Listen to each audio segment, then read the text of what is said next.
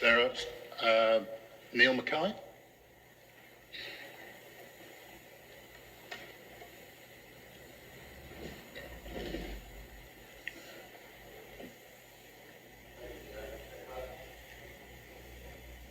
Thank you, Chair. I'd just like to say, with regards to the point you made to Mr. Bannell, the consultation must be a consultation, not a marketing exercise. In February, I invited the GCP Executive Board to visit Mackay's of Cambridge to address the concerns we as a company had about the Making Connections proposals as consulted on at the end of 2022.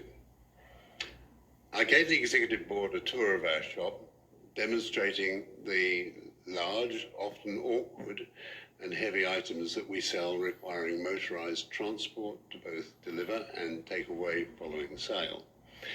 We then proceeded to have a 90-minute meeting, which was also at my request, including 2 members of the Cambridgeshire Residents Group. The meeting, however, was with Mackay's. During the meeting, a document containing ideas and suggestions that had been harvested from comments on social media platforms by members of the public was discussed. The ideas and suggestions were not endorsed by the Cambridgeshire Residents Group Committee. I therefore request the removal of any suggestion in the meeting agenda pack for this meeting attributing peak time congestion charging as an idea from Cambridgeshire Residents Group.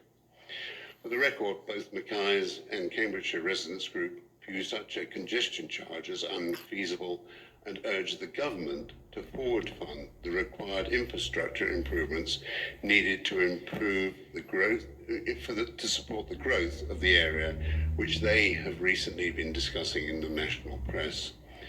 Indeed, instead of taxing the least affluent and sickest in a society, please confirm the agenda pack will be corrected and you will scrap any form of congestion charges as the funding mechanism for Cambridge is a much needed improvement to its transport system.